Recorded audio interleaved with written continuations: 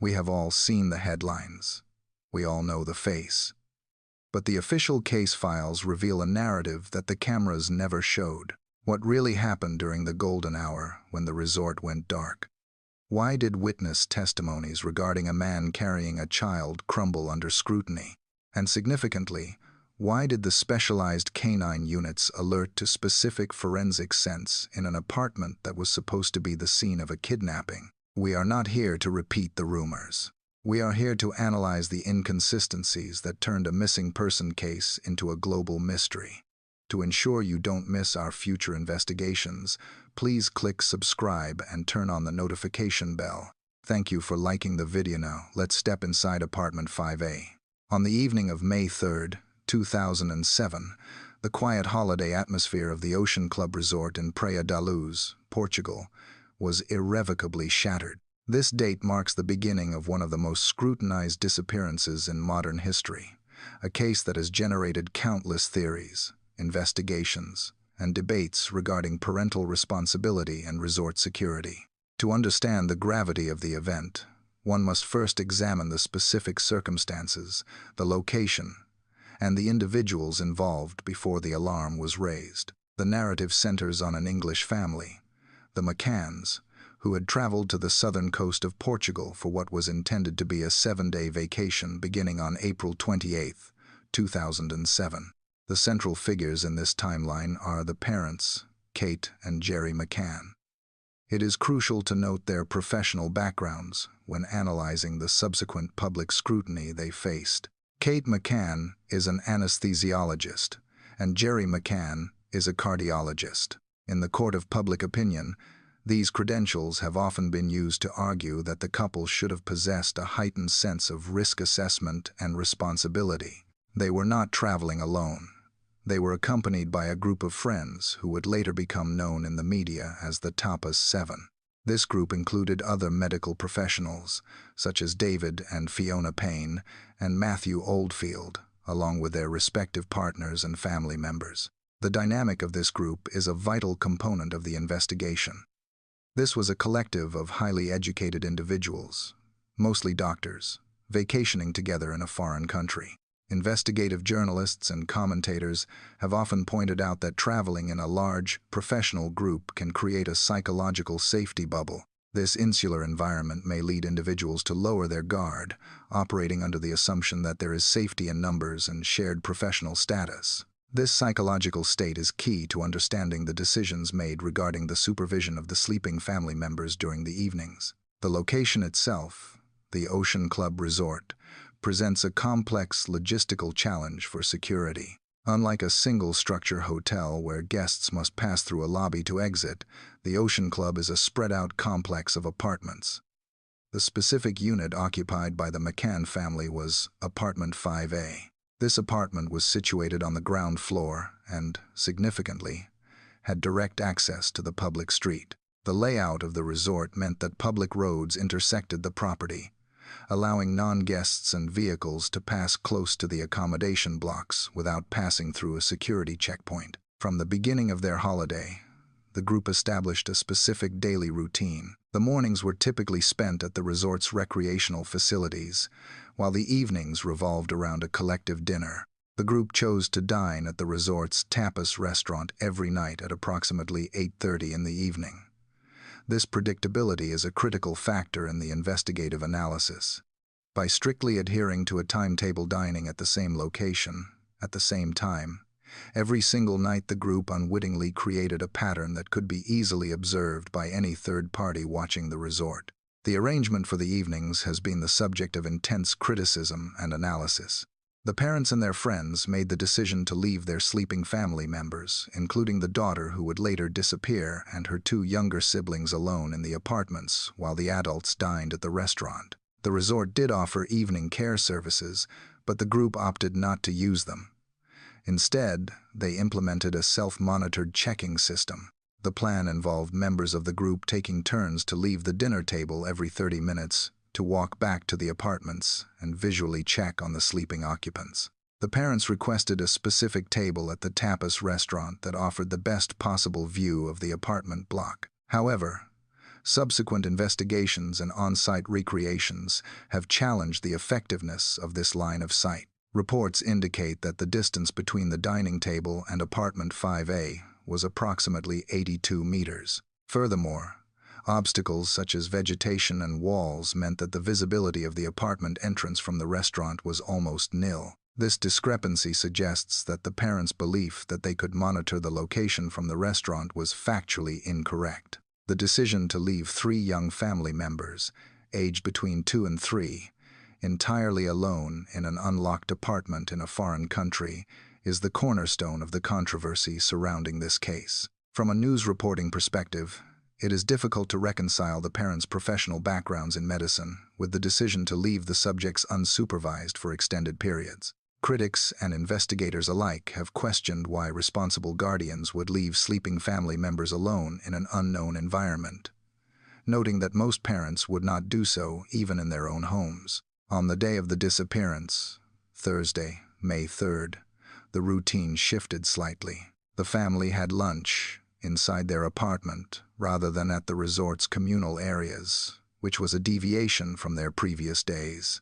Later that afternoon, at 12:29, a photograph was taken of the father and the daughter at the pool. This image, often referred to as the last photo, has been subjected to forensic scrutiny by independent observers.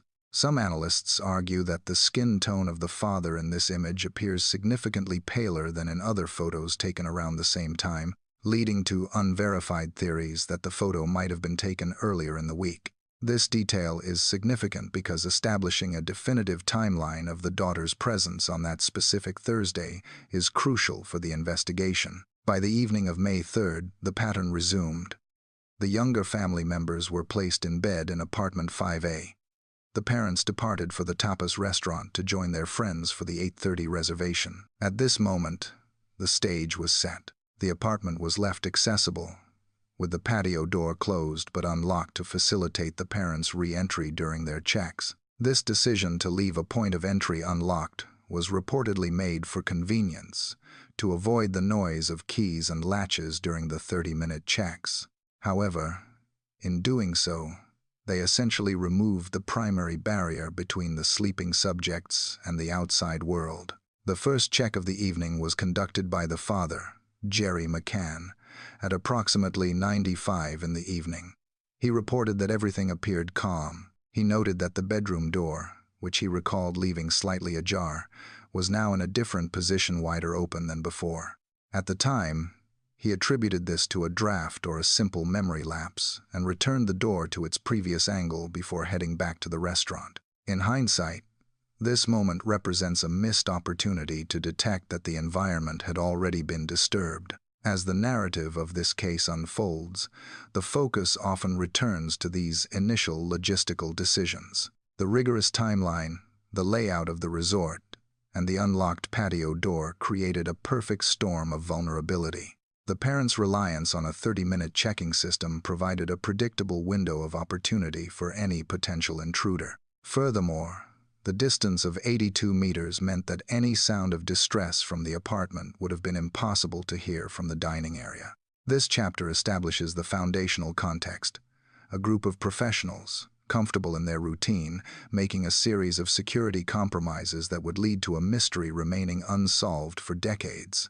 To fully comprehend how the events of May 3rd unfolded, investigators and analysts have had to deconstruct the rigid behavioral patterns established by the group from the very onset of their holiday. In criminal investigations, routine is often described as a double-edged sword.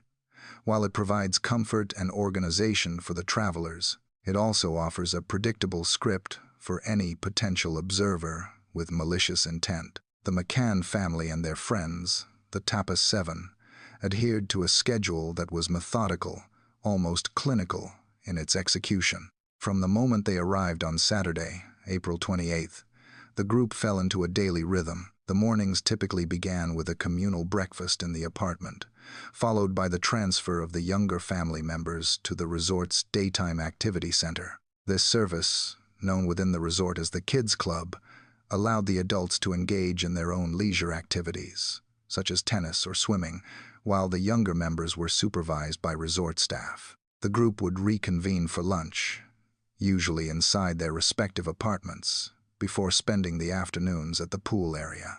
This segment of the day was standard for any holidaymaker, but it is the evening protocol that has drawn the most intense scrutiny from security experts and the media alike. The evening routine was anchored by a standing reservation at the resort's open-air dining venue, the Tapas restaurant. Every night, without fail, the group of adults would head to dinner at approximately 8:30 in the evening. This specific timing is critical. By appearing at the same location at the same time every night, the group advertised their movements to anyone watching the resort. A potential perpetrator observing the complex would only need a day or two to understand that apartment 5A would be occupied by sleeping subjects and devoid of adult supervision, starting at 8:30 each night. The logistics of the checking system employed by the group were designed to mitigate the risk of leaving the younger family members alone. Rather than hiring a professional sitter service the resort offered and which was available 24 hours a day, the parents opted to conduct the surveillance themselves. The arrangement involved the adults taking turns to leave the dinner table roughly every 30 minutes to physically check on the apartments. The intention was to maintain a presence, but critics argue that a 30-minute interval creates a significant window of vulnerability. In the context of a potential abduction or intrusion, 30 minutes is a lifetime. It allows ample time for an individual to enter, act, and exit without detection. A focal point of the investigative reconstruction is the physical distance and the line of sight between the restaurant and the sleeping quarters. The distance from the dining table to apartment 5A was measured at approximately 82 meters. While this might seem like a short walk, in terms of acoustic and visual monitoring, it is substantial.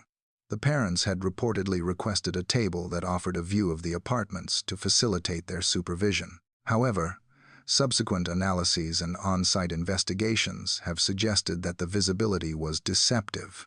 Due to the layout of the complex, walls, and vegetation, the line of sight from the restaurant to the patio doors was almost nil, meaning the adults could not actually see if anyone approached or entered the apartment from their dining position. The method of entry and exit during these checks introduces perhaps the most controversial security lapse of the entire case. Apartment 5A had two primary entrances, the main front door, which faced the street, and a rear patio door that led to the pool area and towards the restaurant.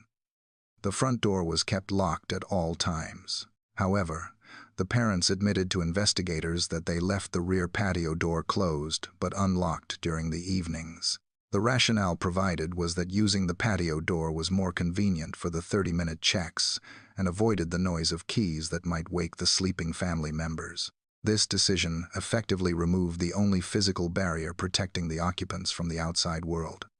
By leaving the door unlocked, the parents inadvertently created a frictionless entry point for any intruder. Investigative journalists have frequently questioned this logic, noting that while the intent was to monitor the subjects quietly, the result was a compromised perimeter. The checking system relied on the assumption that the threat would come from inside, such as a subject waking up and crying, rather than from outside. It failed to account for the possibility that an external actor could utilize the unlocked door during the intervals between checks. Furthermore, the layout of the checks suggests a predictable changing of the guard. Witnesses and timeline reconstructions indicate that the movements of the adults back and forth from the restaurant were frequent and visible. While this was intended to show activity, it also signaled to any observer exactly when the apartment was left unattended. If a perpetrator was watching, they would know they had a clear, unmonitored window of roughly 20 to 30 minutes between the departure of one parent and the arrival of the next. The refusal to use the resort's listening service or professional babysitting options remains a point of contention in the public analysis of the case. The resort provided legitimate care options that would have placed a responsible adult in the room or established a remote audio link. The choice to forego these secure options in favor of a periodic checking system suggests a complacency born of the group's professional confidence and the false sense of safety provided by the resort environment. This chapter of the narrative highlights how a series of seemingly minor logistical choices, the fixed dinner time, The rejection of professional care, the reliance on intermittent checks, and the unlocked door compounded to create a catastrophic security failure. The daylight hours of Thursday, May 3, 2007, are frequently cited by investigators as the calm before the storm, yet a closer forensic analysis reveals several anomalies that complicate the official timeline. While the morning appeared to unfold with the typical leisure of a family holiday, a specific interaction during breakfast would later haunt the parents and become a focal point for behavioral analysts. According to witness statements and later interviews, the daughter asked a poignant question to her mother and father. She inquired why they had not come to her room the previous night when she and her brother were crying. At the time, the parents reportedly did not attach significant weight to this comment, assuming it was a mundane instance of the family members waking up in a strange environment. However, in the retrospective light of the investigation, this remark has generated intense speculation. Security experts suggest this could indicate that an intruder may have attempted to enter, or had successfully entered, the apartment on the night of May 2nd, disturbing the sleeping subjects. Alternatively, it highlights the potential flaw in the checking system, suggesting that the intervals between visits were long enough for the subjects to experience prolonged distress without parental intervention. This moment provided the first indication that the apartment was perhaps not as secure, nor the sleep as peaceful as the adults believed. Following breakfast, the routine proceeded with the younger family members attending the resort's care center, known as the Kids Club, for the morning session. It is the events of the midday period that introduce a notable deviation from the group's established behavior. On this specific day, the family did not join their friends for lunch at the resort's restaurants or the beach. Instead, they chose to have lunch inside apartment 5A. While a private lunch is not inherently suspicious, criminal profilers often look for breaks in established patterns. This isolation of the family unit during the afternoon hours meant that there were fewer independent witnesses to verify the exact movements and status of the family members during this specific time frame. The most contentious piece of evidence from this afternoon comes in the form of a photograph, widely referred to in the media as the last photo. This image, reportedly taken at 12:29 in the afternoon at the resort pool, shows the father and the daughter sitting together. For years, this image served as the definitive proof of life, anchoring the timeline and confirming that the daughter was alive and well late into the afternoon of May 3rd. However, independent researchers and digital analysts have raised significant questions regarding the authenticity of this timestamp. A detailed analysis, popularized by online investigators such as Darren Ware, focuses on the physical appearance of the father in the image. In the last photo, the father appears to have a very pale complexion, consistent with someone who has just arrived on vacation. However, photographs and video footage taken of him during the initial search efforts just hours and days later show him with a significantly deeper tan, consistent with a week spent in the Portuguese sun. This discrepancy has fueled the theory that the last photo may have actually been taken earlier in the week, possibly on the first or second day of the trip, rather than on the final afternoon. This hypothesis is further supported by an examination of the digital footprint of the camera used. Forensic reports indicate a strange gap in the photographic record. The camera contained numerous photos from the first 2 days of the holiday Sunday and Monday, but then practically ceased to record images for Tuesday and Wednesday.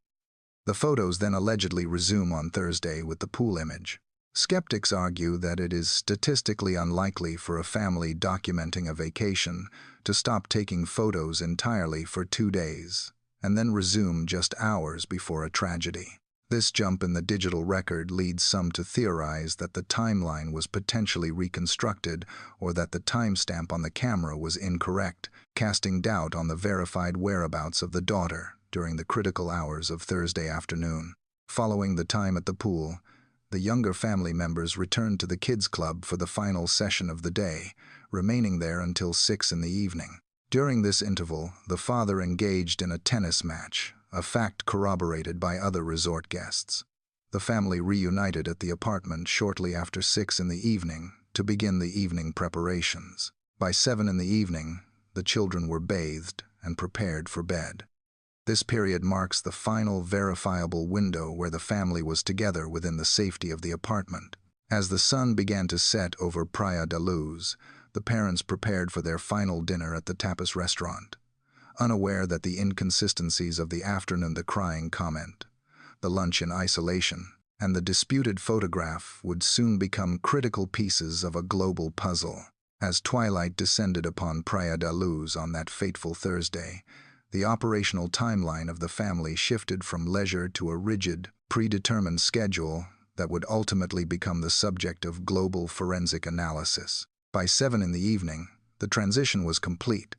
The younger family members were reportedly asleep in apartment 5A.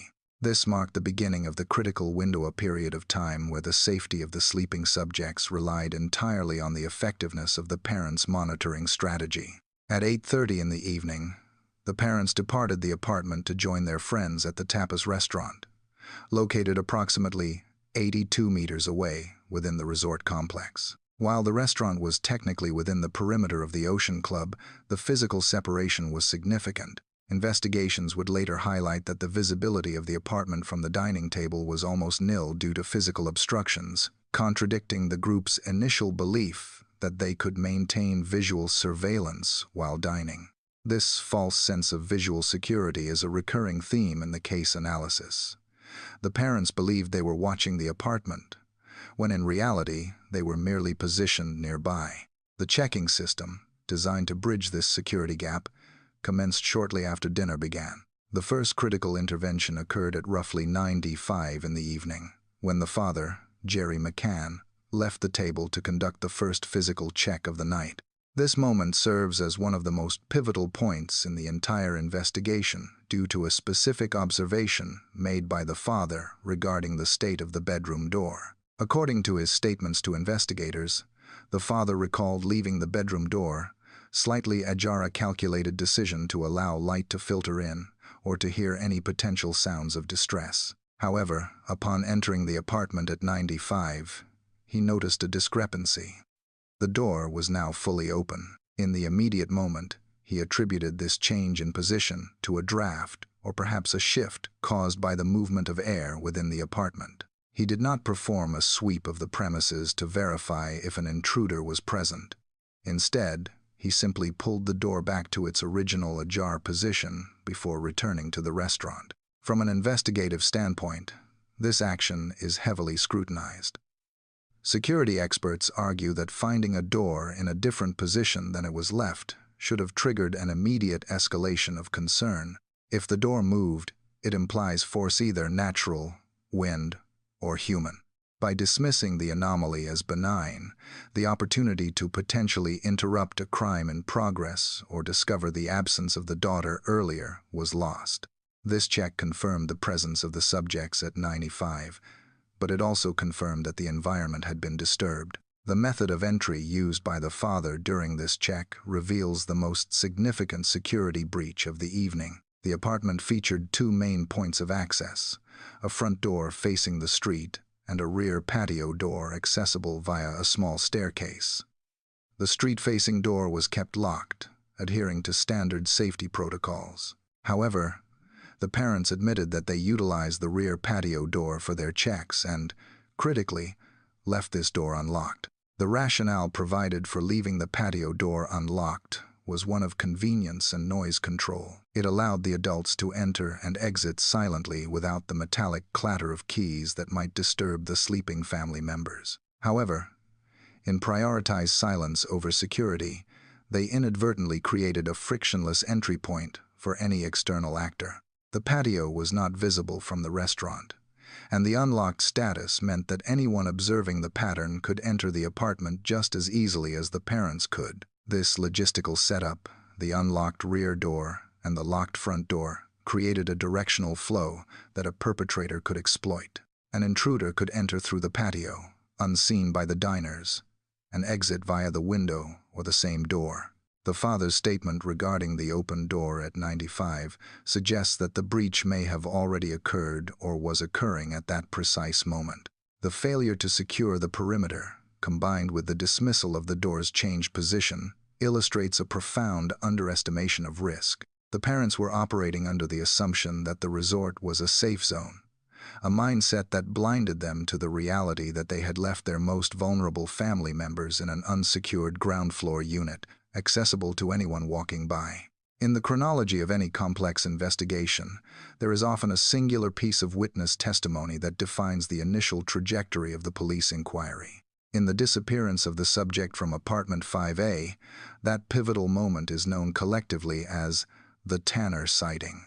Occurring just minutes after the father's first check, this event provided the investigation with its first potential suspect and a specific timeline for the alleged abduction. However, as decades of analysis have shown, this sighting would ultimately serve as a study in the reliability of eyewitness testimony and the dangerous consequences of confirmation bias in high-pressure cases. The timeline places this event at approximately 9:15 in the evening. Following the father's return to the restaurant, another member of the dining group, Jane Tanner, departed the table to check on her own family members sleeping in a nearby apartment. As she walked up the street that ran alongside the apartment block, her movements coincided with a casual interaction taking place on the sidewalk. Tanner reported seeing the father, Jerry McCann, engaged in conversation with another vacationer, a mutual friend, standing near the entrance to the complex. It was during this walk that Tanner made the observation that would become the epicenter of the initial police manhunt. She reported seeing a man walking purposefully across the top of the road, moving away from the area of apartment 5A. According to her statement, the individual was carrying a young female subject in his arms. The description provided to the authorities painted a picture of a man dressed in smart casual clothing, holding a sleeping person dressed in pajamas. The direction of travel was significant. The man was heading away from the resort and toward a darker, residential area of the town. Crucially, the positioning of the witnesses created an immediate conflict in the narrative. While Tanner was adamant about seeing this figure carrying a young person, neither the father nor the friend he was speaking with reported seeing anyone pass by. This discrepancy is vital for forensic reconstruction. The street was not a bustling thoroughfare. It was a quiet resort road at night.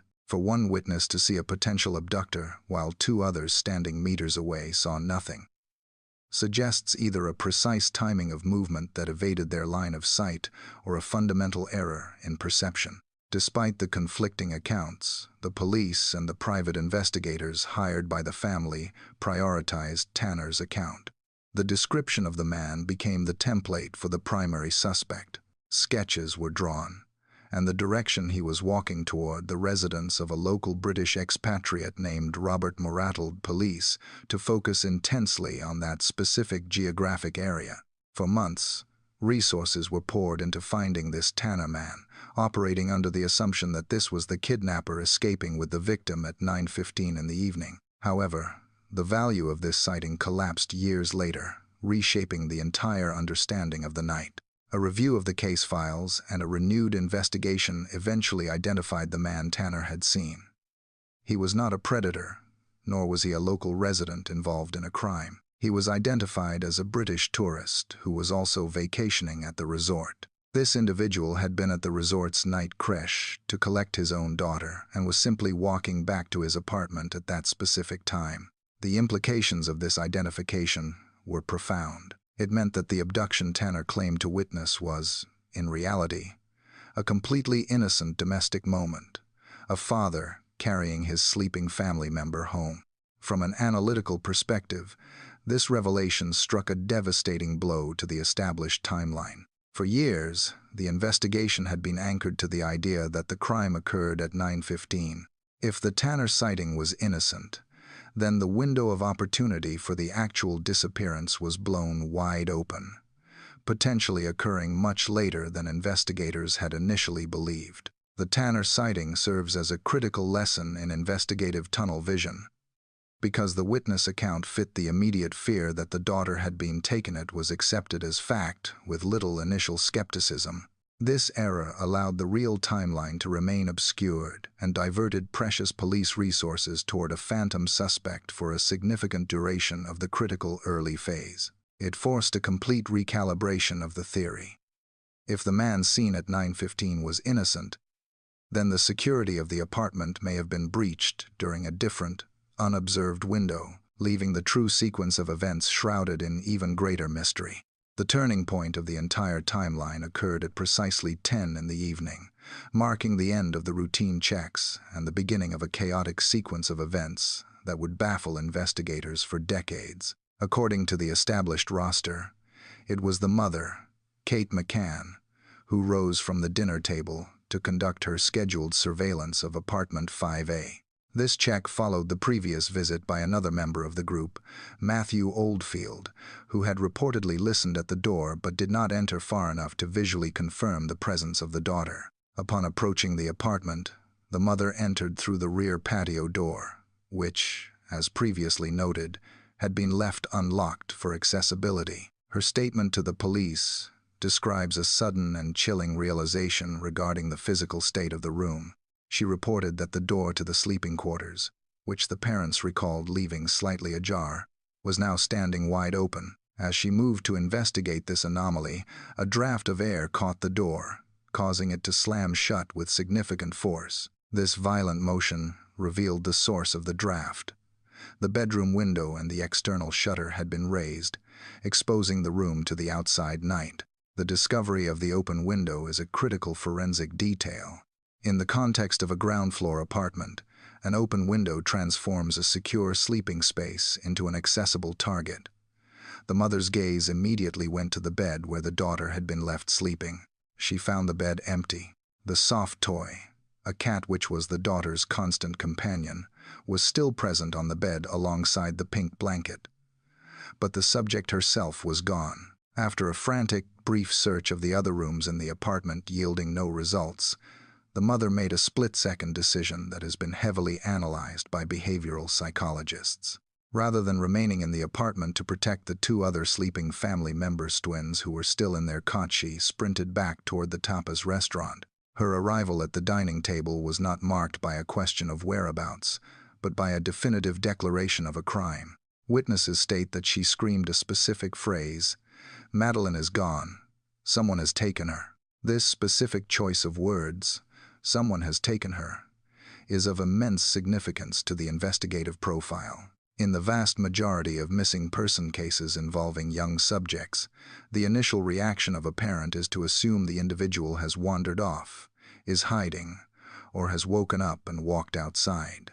The immediate leap to the conclusion of a taking or abduction is statistically rare in the first moments of discovery. Analysts argue that this certainty implies one of two things. Either the mother saw something definitive, such as the open window, that ruled out wandering, or she possessed an instinctive knowledge that the subject would not leave voluntarily. The critique of this moment also focuses on the protective instinct. By running back to the restaurant, the mother left the two remaining younger family members alone in an apartment that she now believed was the scene of a crime. If her conclusion was that an intruder had entered and taken one family member, leaving the others unprotected, even for the minutes it took to run 82 meters, is a reaction that contradicts standard protective behaviors. Critics question why a parent, convinced of an external threat, would leave the remaining vulnerable subjects exposed to the same danger. The immediate aftermath of the alarm saw the dissolution of the group's order. The Tapas 7 and other resort staff mobilized, but the scene was one of panic rather than preservation. The certainty expressed by the mother that this was an external removal rather than a wandering event set the tone for the entire night. It shifted the focus immediately from a search and rescue operation within the complex to a manhunt for a perpetrator. This framing, established in the very first seconds of the alarm, would dictate the actions of the police, the media, and the public for years to come. Raising the uncomfortable question, was the declaration of abduction a reaction to the evidence of the window, or was it a narrative constructed in the panic of the moment? The immediate aftermath of the alarm at apartment 5A represents a descent into operational disarray, a period where good intentions clashed with procedural failures to create a compromised investigative foundation. Following the mother's declaration at the Tapas restaurant that an abduction had occurred, the Ocean Club Resort initiated its emergency protocols, albeit with a delay that has been noted in the official records. Approximately 30 minutes after the initial alert was raised, the resort mobilized a search strategy. This effort involved a chaotic mix of resort staff and vacationing guests, who fanned out across the complex and the surrounding streets of Praia da Luz in a desperate bid to locate the missing daughter. The timeline of this physical search extends deep into the night. Reports indicate that the search parties continued their efforts until roughly 4:30 in the morning, scouring pools, gardens, and roadways. However, while this mobilization demonstrated a communal desire to assist, it lacked the coordinated command and control of a professional law enforcement operation. It was a search driven by panic rather than protocol. During this frantic period, a significant behavioral anomaly was observed regarding the parents. While the guests and staff were physically searching the external environment, the parents reportedly remained inside the apartment for the duration of the night, interacting with the initial police responders. From an investigative standpoint, this decision to remain indoors has polarized opinion. On one hand, it is standard procedure for the guardians to remain accessible to law enforcement to provide descriptions and details. On the other hand, critics and observers have questioned why the parents, in the immediate throes of a disappearance, did not physically join the search for their own family member. This detachment from the physical search effort, while perhaps logical for information transfer, created a perceptual divide that would later influence public opinion. The police response itself has been the subject of intense criticism regarding timing and urgency. Official records and witness statements reveal a troubling discrepancy between the time the authorities were alerted and the time they arrived on site. While initial expectations were for a rapid deployment, confirmed reports suggest that the police took more than 1 hour to arrive at the scene. In the context of a potential abduction, where every minute increases the radius of the perpetrator's escape, a delay of over 60 minutes is operationally significant. Furthermore, specialized investigative units did not arrive until much later, meaning the initial handling of the case fell to local patrol officers who may not have been equipped for a major crime scene investigation. The most catastrophic failure of the night, however, concerns the preservation of the crime scene. In forensic science, the golden hour refers to the immediate period following a crime where evidence is most fresh and least contaminated. In the case of apartment 5A, this principle was largely ignored. For the first 24 hours, the apartment was not treated as a sealed forensic zone. Instead, it functioned as a hub of activity. Friends of the family, resort staff, and police officers moved freely in and out of the unit, walking over potential footprints, touching surfaces, and effectively contaminating the environment. This lack of security extended to the most critical areas of the apartment. The window and the shutter, which were central to the theory of a forced entry, were not immediately isolated for fingerprinting or DNA swabbing. The patio door, the primary point of access, was also left unprotected from the traffic of people entering to offer comfort or assistance. By the time forensic teams arrived to process the scene properly, the environment had been irrevocably altered. This contamination of evidence meant that distinguishing between the DNA of a perpetrator and the DNA of the dozens of people who had entered the apartment post-alarm became a near-impossible task. The procedural delays extended beyond the physical scene to the international level. In a case involving a potential cross-border movement given Portugal's proximity to Spain and the open borders of the region, an immediate international alert is standard procedure. However, the investigation was slow to trigger these mechanisms. It took 5 days for Interpol to issue a global missing persons alert. In a borderless travel zone, a 5-day delay provides a perpetrator with ample time to traverse multiple countries without detection. This chapter underscores a tragedy of errors. The initial investigation was marred by a slow police response, a failure to secure the perimeter, and a breakdown in communication that delayed international alerts. The golden hour was lost not to a sophisticated criminal plot, but to a lack of immediate, rigorous policing. The failure to immediately secure apartment 5A meant that vital clues, footprints, fibers, or other evidence were likely compromised by the movement of searchers, leaving the investigation to rely on witness testimony that was already proving to be unreliable. In the hours and days following the disappearance, the investigation into the events at Apartment 5A underwent a radical transformation, shifting from a standard police inquiry into an unprecedented global media phenomenon. This transition was not accidental but was driven by a specific strategy adopted by the parents, a strategy that stood in direct contradiction to the professional advice offered by law enforcement on the ground. To understand the complexity of this case, one must analyze the friction between the preservation of life and the dissemination of information. The standard protocol in kidnapping investigations, particularly those involving high-profile subjects, is one of absolute discretion. Upon confirming the disappearance, the initial instruction given by the Portuguese police to the family was unequivocal. Do not speak to the media and limit information sharing to essential personnel only. This directive is rooted in criminal psychology and crisis management. Experts argue that in genuine abduction scenarios, the perpetrators are often in a volatile state. If a kidnapper feels surrounded by media attention or fears immediate exposure due to leaked details, the risk of them reacting with violence to eliminate the evidence in this case, the victim increases exponentially. Silence is often the primary tool used to buy time and negotiate the safety of the missing individual. However, the actions taken by the McCann family and their entourage defied this convention entirely. Instead of maintaining the requested silence, the group immediately mobilized a vast network of communication. They contacted family members, friends, and, crucially, media outlets to broadcast the news of the disappearance. From an analytical perspective, this decision is perplexing.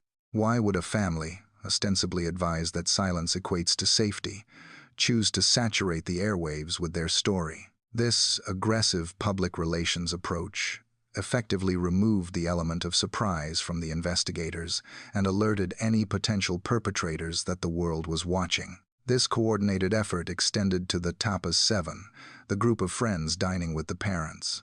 Investigators noted that in the immediate aftermath, the calls made by the group to external parties seemed to follow a consistent narrative script, almost as if the details had been agreed upon beforehand. While this could be interpreted as a group trying to be helpful, skeptics viewing the case through a forensic lens suggest that this uniformity of the story before the police had even established a working theory raises questions about the spontaneity of their reactions.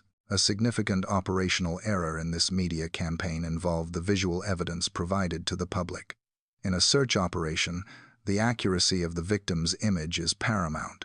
Authorities requested a photograph that represented the current appearance of the missing daughter to assist border guards and local search teams. However, the family provided an image that was reportedly more than 12 months old. In the rapid development of a young individual, a year constitutes a significant change in physical features. This decision to use an outdated photograph had unforeseen consequences. It created confusion on the ground, as the missing daughter's younger sibling bore a striking resemblance to the subject as she appeared in the older photo. This led to a contamination of witness sightings, with well-meaning members of the public potentially misidentifying the younger sibling or other similar-looking individuals as the victim, based on an image that was no longer factually accurate.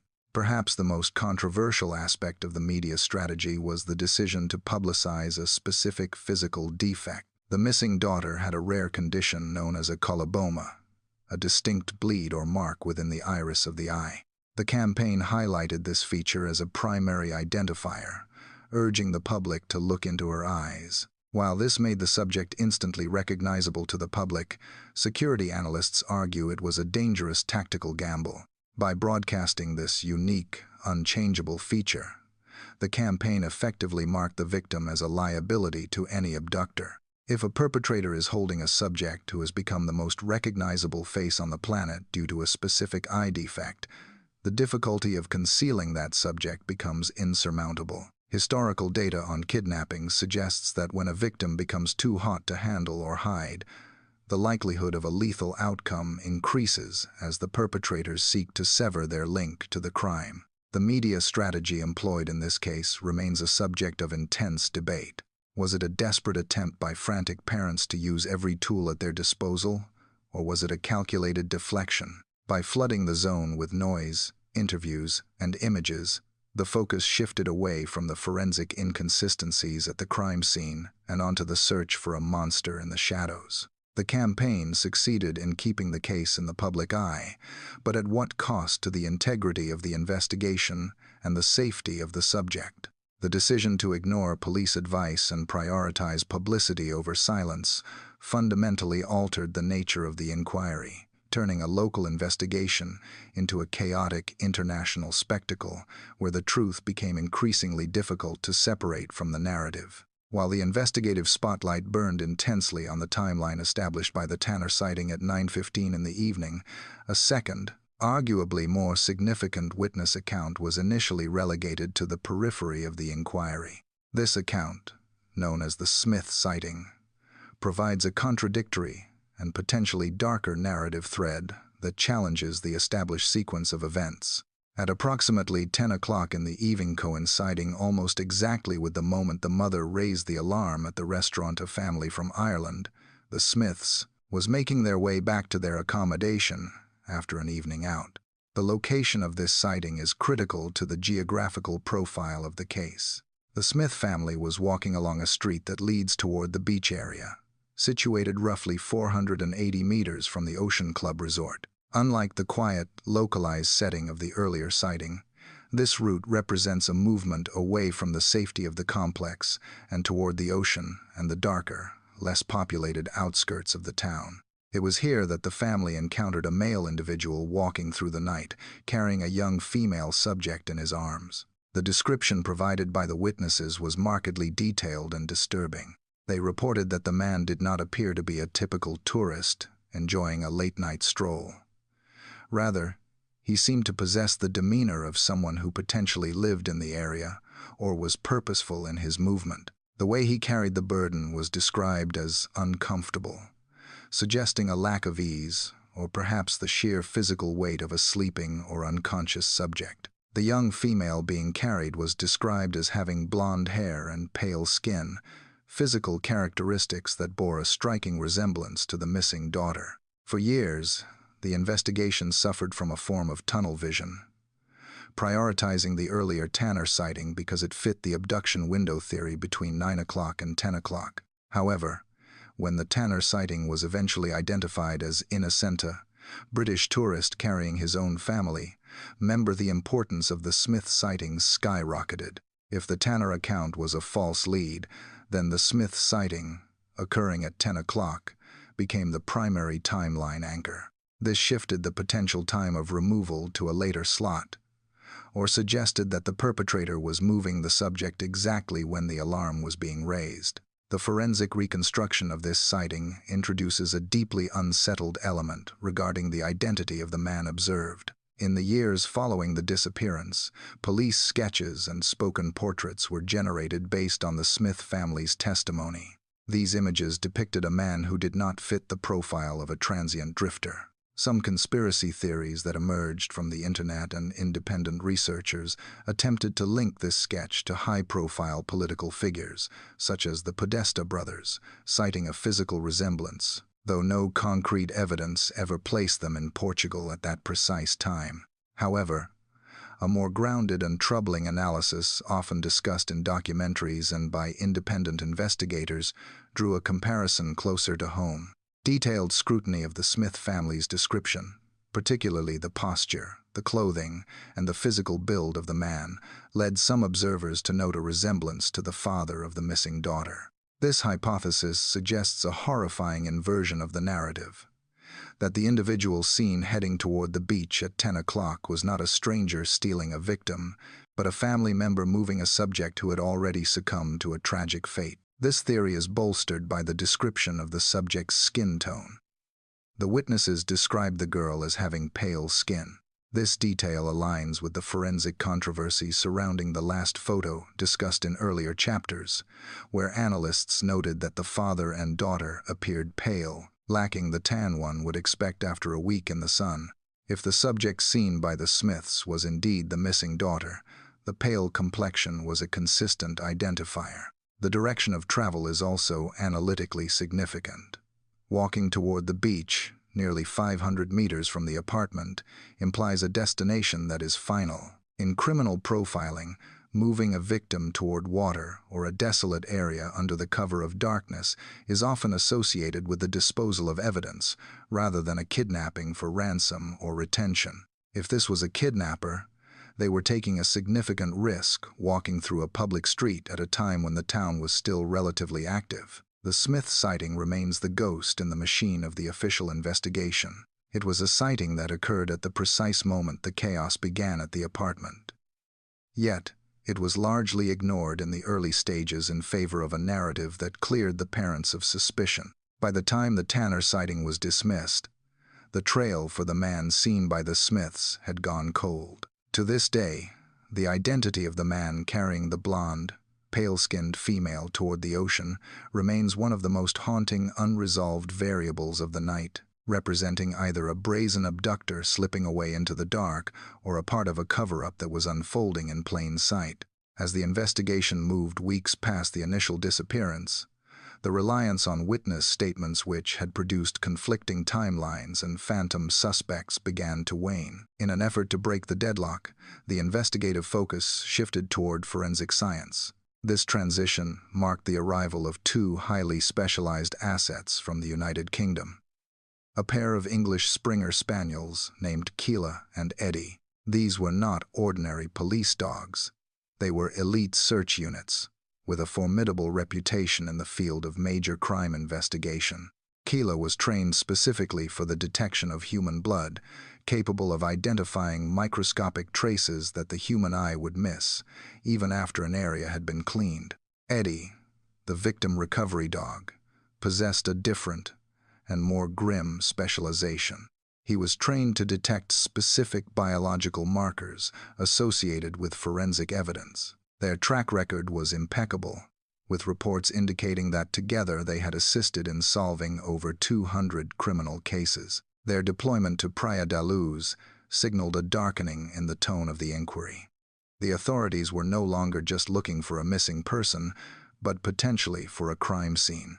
When the canine units were introduced to apartment 5A, the results were immediate and startling.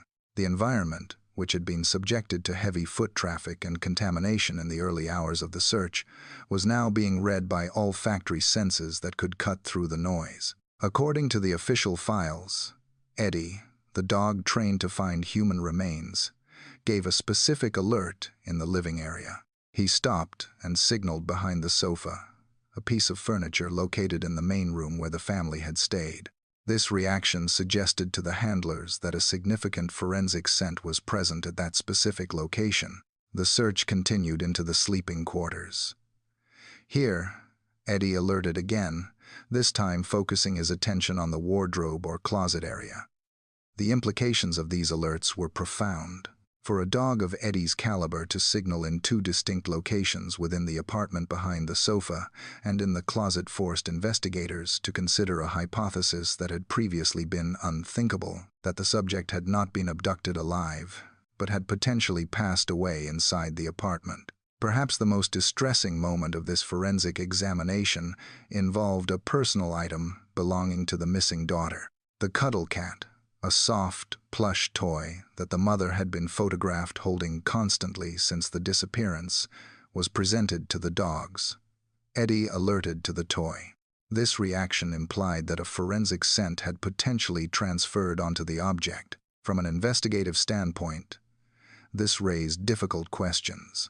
Was the scent on the toy because it had been in contact with the subject at the moment of their passing? Or, as defense experts would later argue, was it a case of transfer contamination, where the scent was passed from a person or surface to the toy? Keela, the blood detection dog, also provided critical data points. While her alerts were less definitive in terms of volume, they corroborated the possibility that biological material had been present in areas that appeared visibly clean. However, it is important to note the limitations of this evidence. While the dogs are exceptionally accurate intelligence tools, their alerts do not constitute absolute proof in a court of law without corroborating physical DNA evidence.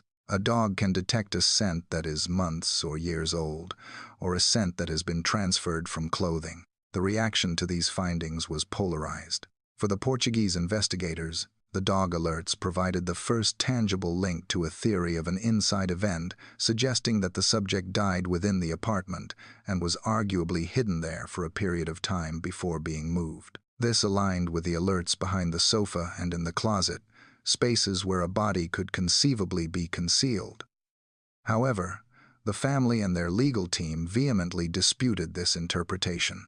They argued that the alerts were misinterpreted or the result of cross-contamination from the environment, pointing out that no definitive DNA profile was ever extracted that could inextricably link the cadaver scent to the specific death of the daughter in that room. Despite the lack of a smoking gun in terms of physical remains, the psychological impact of the canine search cannot be overstated. It fundamentally altered the relationship between the parents and the police. The investigation ceased to be solely a hunt for a stranger in the night and began to look inward at the family unit. The dogs had flagged a narrative that contradicted the abduction timeline, suggesting instead that the answer to the mystery lay not in the streets of Praia da Luz, but within the walls of apartment 5A itself. This chapter serves as the fulcrum of the entire case, where the science of scent challenged the story of the parents, leaving the public to decide which version of the truth to believe. If the canine alerts within apartment 5A provided the initial spark of suspicion, the forensic examination of a rental vehicle hired weeks later fueled a firestorm of speculation that continues to divide opinion to this day. Approximately 25 days after the alarm was first raised, nearly a full month into the investigation, the parents leased a silver Renault Scenic to facilitate their movements around the Algarve region. From a logistical standpoint, this was a mundane administrative decision. However, from a forensic perspective, this vehicle would become the most contentious piece of physical evidence in the entire case file. The temporal gap is the first and most critical anomaly that investigators had to address. In a standard abduction scenario, the timeline of the perpetrator and the victim ends at the moment of the snatch. Therefore, a vehicle obtained by the family almost 4 weeks after the disappearance should, theoretically, remain sterile of any forensic material related to the missing subject, barring the transfer of benign DNA from clothing or toys. Yet, when the specialized canine units Eddie and Keela were deployed to inspect the vehicle, their reactions suggested a narrative that defied this logic. Reports indicate that the victim recovery dog, Eddie, gave a specific alert to the vehicle. The dog's attention was drawn not just to the interior upholstery, but specifically to the key fob and the trunk area of the car. This reaction implies the presence of a scent associated with forensic biological markers. The forensic dog, Keela, also showed interest, corroborating the potential presence of specific evidence. The implication of these alerts was immediate and devastating. For the scent of a deceased individual to be present in a car hired 25 days after the event, the source of that scent must have been placed inside the vehicle during the rental period. This evidence became the cornerstone of the revised police theory. Up until this point, the working hypothesis had largely been one of abduction by a stranger.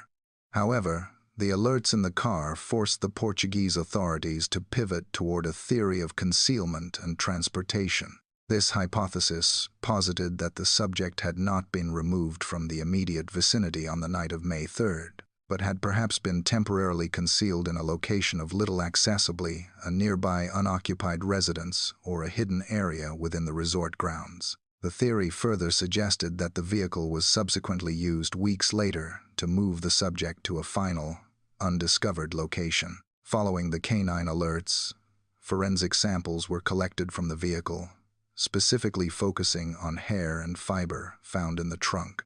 These samples were sent for advanced DNA analysis. The results, however, occupied a gray area of forensic science known as low copy number DNA.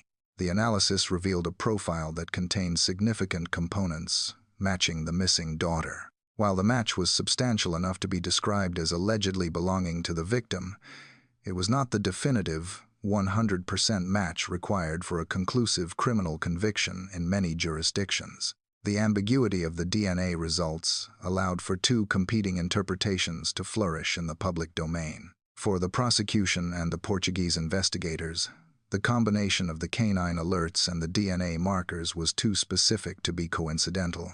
They argued that it was highly unlikely for a stranger to have abducted the daughter, only for her DNA and specific forensic scents to independently appear in a car hired by her parents weeks later. This led to a dramatic shift in the legal status of the case. The investigation officially moved from a missing person inquiry to a potential murder investigation, with the parents being viewed as the primary persons of interest. Conversely, the defense and supporters of the family offered an explanation based on the concept of transfer. They argued that the parents, living in a state of trauma, were constantly handling items belonging to their daughter clothes, toys, and blankets. They posited that the DNA found in the boot was likely transferred from these objects to the car by the parents themselves during the course of their daily activities. Regarding the canine alerts, they challenged the reliability of cadaver dogs as sole evidence, noting that scents can linger on clothing or be misinterpreted, and that no actual biological fluids were recovered in a quantity sufficient to prove a body had been stored there. This chapter highlights the extreme polarity of the evidence in the Praia da Luz mystery. The rental car does not fit neatly into the abduction narrative. An abductor does not return 25 days later to use the parents' car. Yet, it also presents a logistical nightmare for the inside event theory. Moving a subject weeks after a massive police and media presence had descended on the town would require a level of nerve and opportunity that seems almost cinematic.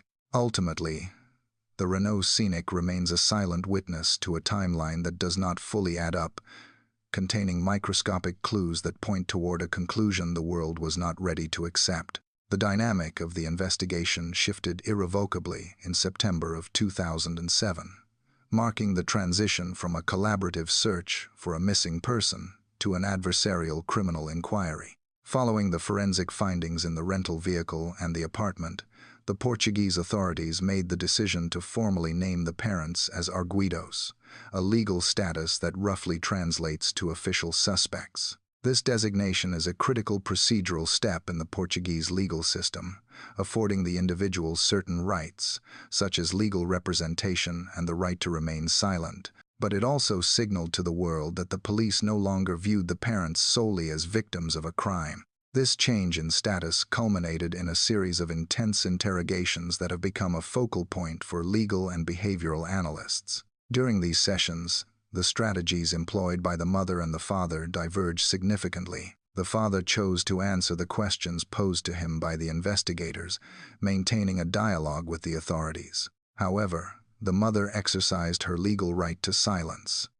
According to the case files, she refused to answer forthright-specific questions regarding the events of May 3rd and the subsequent timeline. From a defense perspective, the decision to remain silent is a standard protective measure, often advised by legal counsel to prevent a traumatized client from making contradictory statements that could be weaponized in court. However, in the court of public opinion and media analysis, this silence was interpreted differently. Critics and commentators have frequently asked why a parent, desperate to find their missing daughter, would refuse to answer questions that might assist in locating her. The 48 questions were not trivial. They related to the timeline, the checking system, and the specific interactions within the apartment. The refusal to engage with these specific inquiries created a vacuum of information that fueled skepticism. One of the most contentious points was the question of why the mother insisted from the very first moment that the daughter had been taken, rather than considering other possibilities. By not providing clarification on these behavioral choices, the mother's silence inadvertently strengthened the police hypothesis that the parents were withholding information. This chapter illustrates the complex clash between legal self-preservation and the perceived moral obligation of a parent to cooperate fully, regardless of the personal risk. The friction between the parents and the Portuguese authorities reached its peak with the removal of the lead investigator, Goncalo Amaral. Shortly after the parents returned to the United Kingdom, Amaral was taken off the case, a move that he and his supporters attributed to political pressure rather than investigative failure.